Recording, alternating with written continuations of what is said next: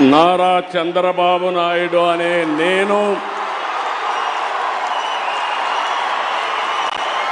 శాసనం ద్వారా నిర్మితమైన భారత రాజ్యాంగం పట్ల నిజమైన విశ్వాసం, విధేయత చూపుతానని, భారతదేశ సార్వభౌమాధికారాన్ని, సమగ్రతను కాపాడుతానని ఆంధ్రప్రదేశ్ రాష్ట్ర ముఖ్యమంత్రిగా నా కర్తవ్యాలను శ్రద్ధతో, అంతఃకరణ శుద్ధితో నిర్వహిస్తానని, భయం కానీ, పక్షపాతం కానీ, రాగద్వేషాలు కానీ లేకుండా